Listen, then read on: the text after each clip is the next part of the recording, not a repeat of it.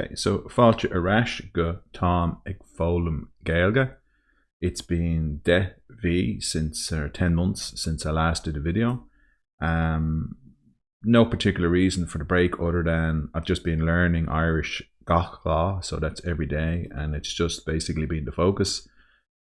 And the progress, I would say, has been slow going but steady in that I've been working on it every day.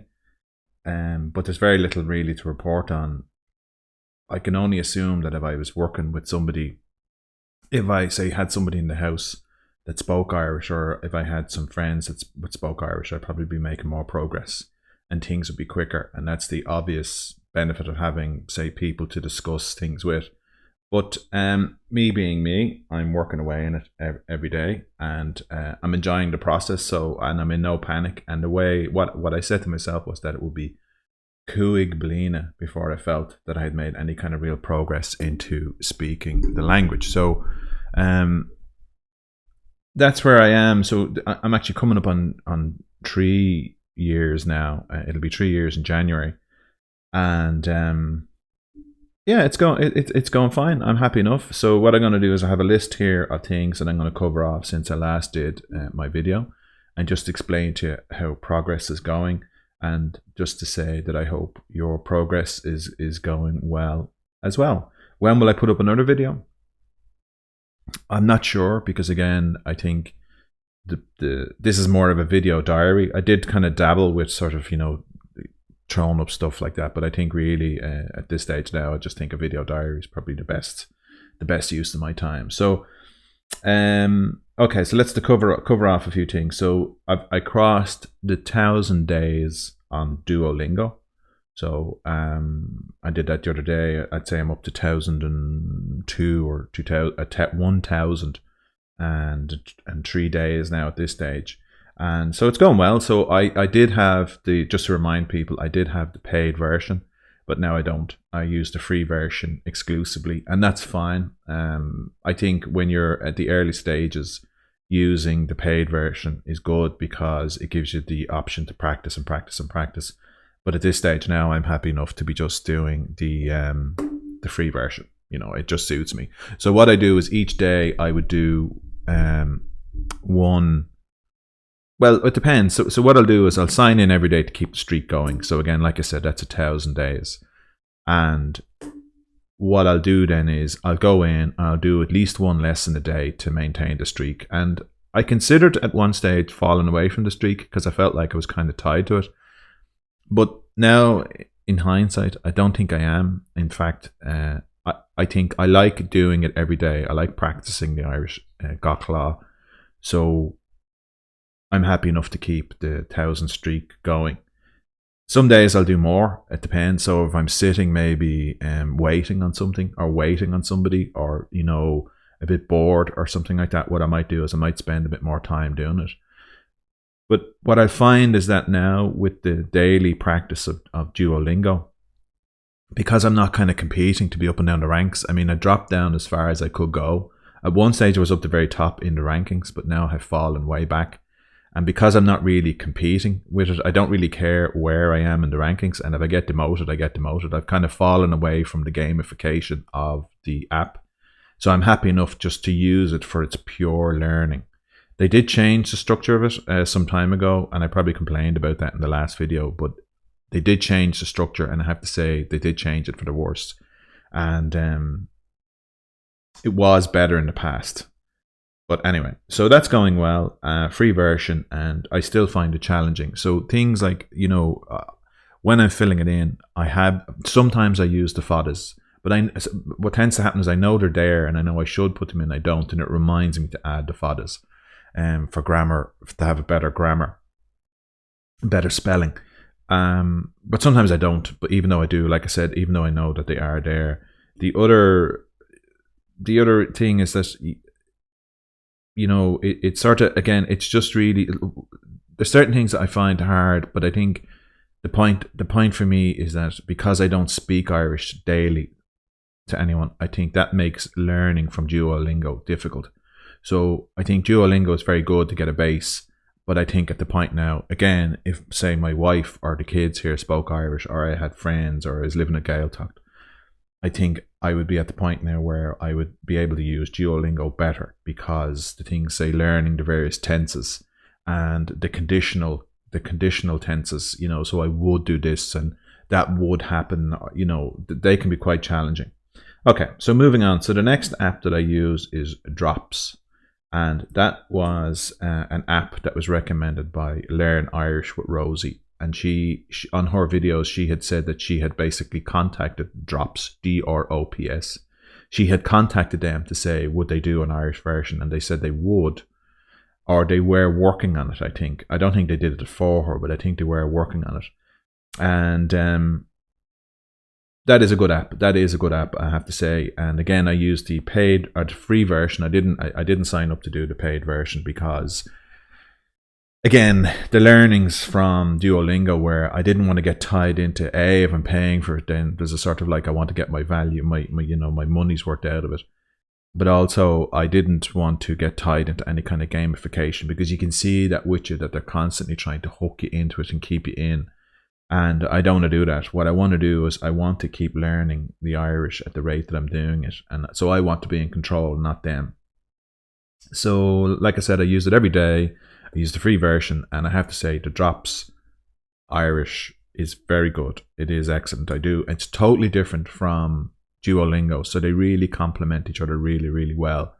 Yeah, they're very different styles. And Drops does these things of, Drops tests your spelling more so. And I think that's very good, because sometimes in your head, you have it in your head that a word is spelt a certain way and it's not. And when you're using Drops, it tests your spelling, which is very good. They recently added something as well where it's sort of sudden elimination from the testing, which I'm enjoying at the moment. It's very good. It makes it a bit more challenging, which is interesting. So that's it. So I'm not using any other apps other than those two. Well, actually, that's not true. I do have some other apps in the phone that I dabble in. There's one called Quega, so that's 50/50 Oscailga, and that's a good little app. I think I've probably shown that before. Quega, so it's good. So what's next? So other resources that I'm using, TG Cahir. So that's again the Irish language TV station here in Ireland. That's very good. I watch a lot of stuff on that. It has a player, which I use a bit as well. But what I tend to do is I tend to have it on in the background. So some of the programs I'll watch, I actively watch and I listen to, and I use the translation. But what I do tend to do is I tend to might have it on at the background, because what I'm trying to do is listen to the conversation. The issue with it being is because in Ireland predominantly there are 3 dialects. Sometimes the dialects are such that I don't understand the Irish, even though they are speaking Irish. The accent is such that I struggle to keep up with it. It's very interesting, because you can see with the subtitles, like I really struggle to say. When I'm listening to the person speaking in Irish, I'm going, I don't know what they're saying. But when I see the subtitles, I'm kind of going, wow. Then I understand what your brain does the piece where what it does is it goes. So then you can hear it. But you're kind of going, without the subtitles and without being given some time, I wouldn't understand it. Radio na Gaeltacht. So I listen to that every day. So when I'm driving to work, I listen to that exclusively. In that, you know, sometimes, as I've said in the past, when I'm driving, I will use the app. You know, like if I'm driving for an hour or two to where I'm going, I just have the radio on in the background and I listen. So that's interesting. And what it is there is that sometimes I understand what they're saying. I can follow the gist, so it's news and current affairs and things like that as well, and interviews, and I can kind of follow the gist of the story. And then sometimes what they do is they'll mention words over and over again. There's a word somebody kept mentioning, dulra. And I was going, what is dulra? What is dulra?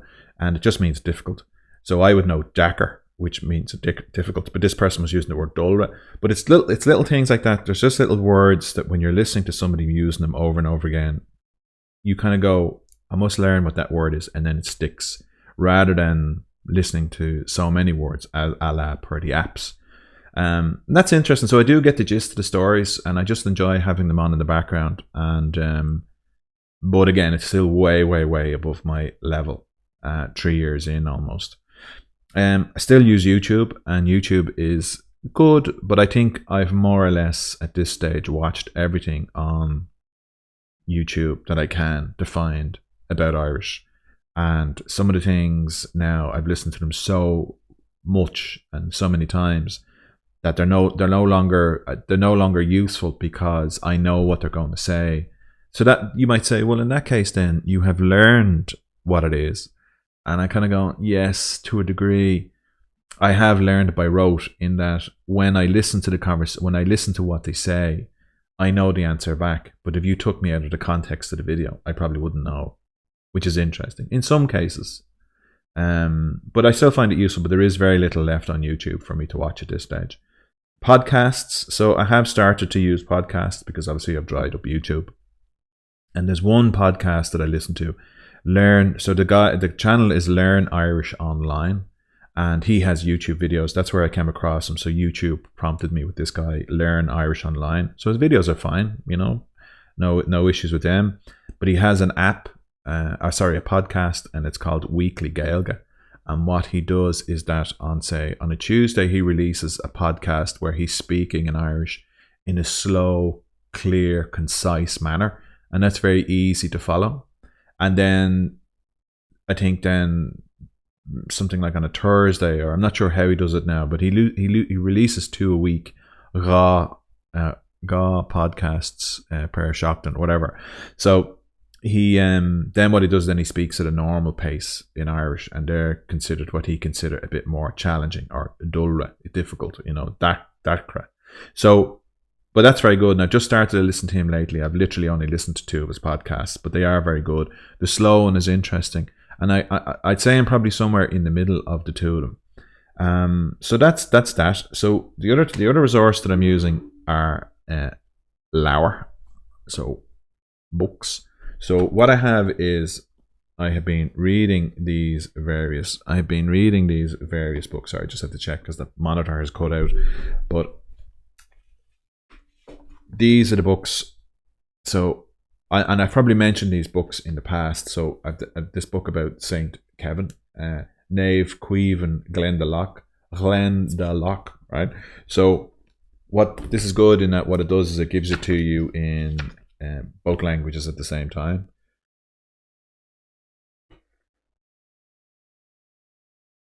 So both languages at the same time. So what it has here is on this page in Irish and this page in English and so on and so forth. And it just gives you then the story of Glendalough. So it's very good. It was great because then what you could do is you could read it and then read it here. And so I was learning Irish, but also I was learning something about St. Kevin because my favourite place in all of Ireland is Glendalough. Another story then is the story of Fionn. So Fionn McCool. And so again, another exact same as that. It's bilingual. So bilingual Oscailga is Ra to Hangach. So bilingual, 2 languages. So it's English and Irish at the same time. So that was very good, and I use that. And again, very interesting. I learned something because this is something that kind of floats around in the background for Irish people. All these stories and myths and legends, but I didn't really know a whole lot. And actually it was interesting because we went, Fionn McCool, his base camp is in the Hill of Allen, which actually isn't too far from here. And we went recently on a day trip to go and have a look at it. Fionn was on the Hill of Allen one day when a fawn suddenly appeared. So that's where he was. But we couldn't get up. It's closed off for some strange reason. And we couldn't get up to see it. But it was interesting to see, and you think, the Hill of Allen, and here it is in this mythology, and it's a real place. Dadyo. So I read this as well. I think I've mentioned this before. So this one is in all Irish. So effectively what I do here is I'll read it, and at the same time then what I have Google Translate open on the phone, and what I'll do then is I will translate as I go. So obviously we know Google Translate, it's not as bad as people make it out to be. But sometimes it struggles in certain things in Irish are their phrases, we say things, but we do it in English as well, in that we say something, but it's not literally what we're saying, but it's like it's raining cats and dogs. It's not literally raining cats and dogs outside, but we know what the expression means. In Irish, there's a fair bit of that goes on. There's a good few expressions in Irish that, you know, Google translates literally, and then what you do. But you can very easily search for that sentence, just enter it into Google, and it will bring back somewhere what that sentence means, and then you'll get the gist of it. But you tend to able to work them out in the context of the sentences anyway. So what I'll do is basically I will read through these, and then I will have, as I said, Google Translate open on the phone, and I work through it. Now that is slow going, because obviously you're trying to read this and then translate and then go back and forth. And I think I read this book twice. So that's what I do, and my plan is, and the same with the other books, what I do is I read them twice. And that way then, because what Google does is Google Translate stores the translations that you looked up, you just save them. And then when you go back in and you're trying to remind yourself of what the word, it'll pop back up. As you're typing it in, it pops back up and you go, okay. So my hope there is that by doing that, I will build up a vocabulary in here of words that when you translate, you have to try and think about it and learn. But the other thing is that when you go back, you type in the word, you translate it, you get the understanding. Then, you know, 20 pages later, and sometimes not even 20 pages later, sometimes like literally on the same page. That's, you know, that is something where I kind of go, I have to search for that word again, because it just doesn't, I've translated it and it's in my mind, but it hasn't stuck in my mind. So like the point I said earlier, say dulra. It's the same thing. You might read a word on a page and then find the same word at the bottom of the page. Forgot that you'd already translated. Now, obviously, there's people out there who are geniuses at learning language. This won't be an issue for them, but for me, it is. So when you get to the bottom, and as you start to type it in, the word will pop up, and you'll go, okay. So you'll see it as one of your saved words, and then you'll go, all right, I've translated this word already, and then you probably stand a better chance of remembering the word. But that's not always the case either. And then sometimes I have translated a word, I'm going to say, I don't know, 5 or 6 times that I have to remind myself. But then slowly but surely you do kind of learn. And my view here is to each his own. Go about learning the language as you see fit. So that's that. I went through this mother folklore as well. So this is just it's just basically words. It's about the language. It's hard to describe what kind of book this is, but it's basically about the language and explaining things in, you know, what various, you know, what words and sayings mean and stuff like that as well. So Mother Folklore, very popular book in Ireland. Humana sold a lot of copies. So, but yeah, I got through that, and I thought that was kind of interesting. But it's in English. It's an English book, and Berle, Os Berle, and Laura. Asperla. Anyway, so but yeah, so then they do that. So that I did that. I'm currently almost finished this one here, Orasan, which means apartment or flat. So what this is about is, and I don't know, you can't see now because I can't see the monitor, but basically what it's about some students living in an apartment. They're in college together, and it's about the trials and tribulations of these students. And as a student myself, a lot of it's fairly familiar. So this is a bit more grown up. This is more of a more, I'm going to say, is it adult? Yeah, there's a bit, yeah, it probably is considered. I'd say certainly, you know, older teens, like much older teens to probably young adults. That's probably where this book is pitched. Completely Oscailge. And a bit more challenging. But where am I? I'm up to page 192, and there's 197 pages. So I have only a few pages to go. So what tends to happen here with this book is, so I work 9 to 5 obviously as well. So I come in the evening. Some evenings I have more energy than others. Depends on the day. So what I might do is I might read maybe 5 pages. That's probably about the most, because it is quite taxing mentally, and the issue is it's a good story. So what you're trying to do is there's points where you're trying to, you know, it's a bit of a page turner, And what you're doing then is you're trying to, you want to translate more and keep going. So what typically happens is that I'll end up making my way to the end of the chapter. So the end of the chapter is indicated by those little asterisks. So I'll typically try and read to the end of the chapter, but sometimes in the evenings it is quite tiring. And so what I've learned is that when you're learning a language, you can't be tired. You just can't. It just doesn't work. So when I come in the evenings, if I am tired, like really tired from work, I just don't bother, because I know it's just not going to go in. I end up reading these sentences, and I don't know if you've ever done this, but you read it and you go, I don't even know what I read there. It's challenge enough in English, I would say, as opposed to trying to do it in Irish and translate. So this has really tested me in that I've a lot of words translated into Google Translate. Now, some sentences and some pages are easier than others to translate, and that's good. You get into a bit of a flow. You might only have to translate the odd word. Sometimes you're looking through a sentence and you're kind of going, I get the gist of it, but there's one word that you get stuck on, and then when you translate it, it unlocks the sentence, and then it can unlock the paragraph. But I do have to, sometimes I have to translate more because some of the sentences and some of the pages are quite challenging and very hard to understand. So that takes a bit longer, and sometimes you can get really bogged down into translating it because you're trying to understand the story and you can't move on because you could read a sentence wrong or a paragraph, get the wrong meaning, and it doesn't make sense. And when I'm doing that, then I know I've translated something incorrectly, or I've misinterpreted something. So you have to go back and forth.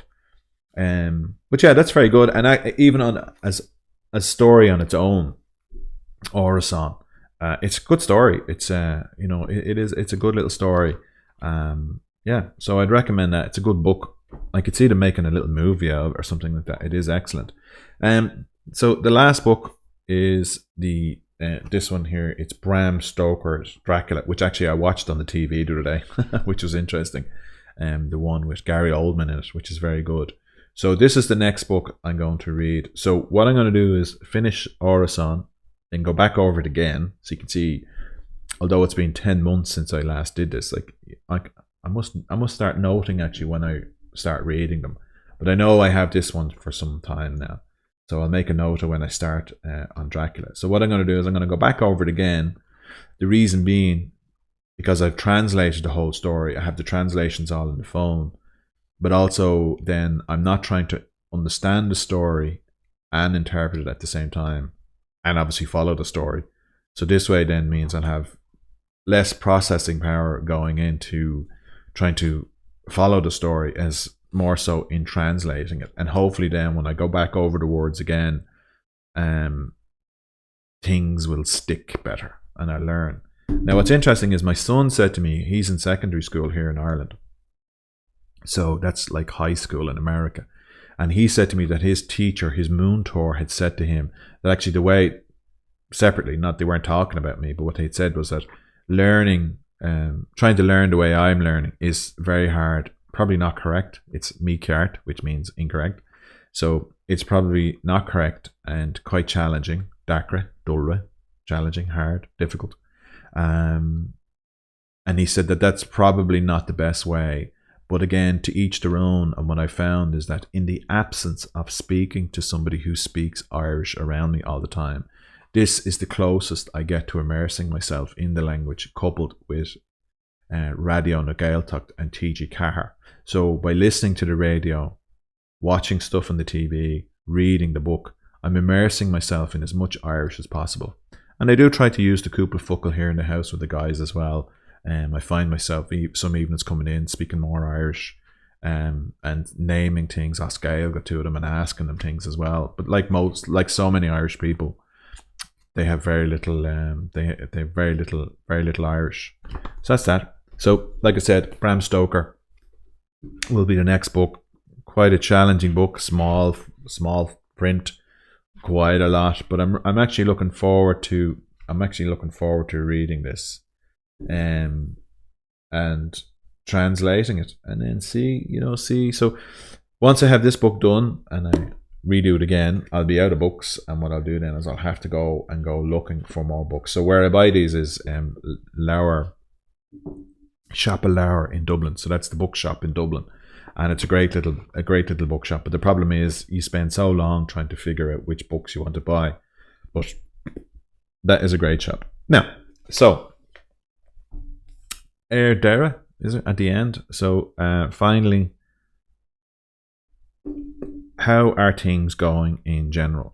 So I would say, well, I would love to have somebody around me who spoke fluent Irish, or really, really, really good Irish that I could basically converse with on a daily basis. It would be brilliant. I can see now where that is missing. I could sign up to classes, and I could, probably find some way of immersing myself in it, but it just doesn't suit my lifestyle, my work, coming home, the family, so on and so forth. I just don't have the capacity.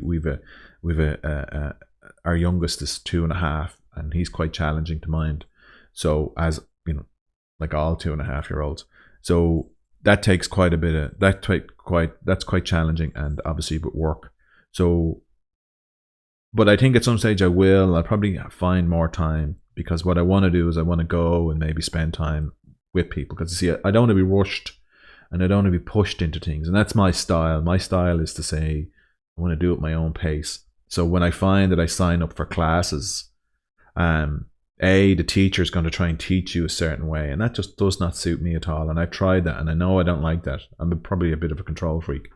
But what I want to do is learn it at my own pace. So what I'd like to be is, I would like to be, and this could be wrong, but what I'd like to have is a very strong vocab and a very strong understanding of the language before I immerse myself into speaking with people.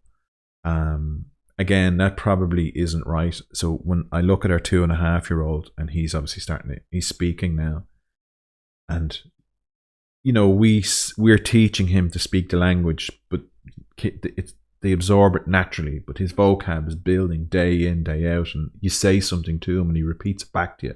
So that's probably what I'm trying to do. But I'm the kind of person that what I want to do is be able to have a really, really good, strong understanding. I think I'm a kind of academic kind of person, and the learning is as of much interest to me as is the subject, if that makes sense. So that's that. So yeah, so look, so what I'm going to do is I'll wrap it up now. So what I'm going to do is I'm going to carry on doing what I'm supposed to be doing, reading those books, looking out for new apps, and then carry on learning. It is, as I said, it is going well. I am happy enough with progress. It could be better, but I am happy enough. Tame sásta leis on progress, whatever progress is. Oscar, I can't remember. Now, with regards to the Irish language in general in Ireland, again, it breaks my heart to see that it's not, it is everywhere. It's on signposts, and government departments, and a lot of stuff is named in Irish. But it just breaks my heart that there's just not enough Irish spoke on a day-to-day basis. Really, the country just pays lip service to the language, I think, and it just breaks my heart. And I think that there's probably thousands of people out there in the country like me trying to learn the language, but again, having to pay, finding the time is hard. And I think if it was made more accessible, I think it'd be better. So I am starting to see some things, but just not enough. And it is a pity. It is a pity that so little Irish is taught and available and used. It really, really is a pity, because it is a lovely language, and I do really enjoy learning it. And I regret that, given the opportunity that I had in school to learn the language, that I didn't do a better job. So that's that. So look, what I'll do is I will wrap up. Shine Gujirok, Gura Mahagut for watching. And if you have any questions or points or anything like that, send them on to me. and I'll get back to you. I have pulled back a little bit from communicating with people and networking and stuff like that as well, because it's, again, just time wise, I just don't have the time. And but if you send on a message or any hints or tips or stuff like that, I'll be sure to respond. So Shine, so Gura Magat, Agus Bannacht, and Slán.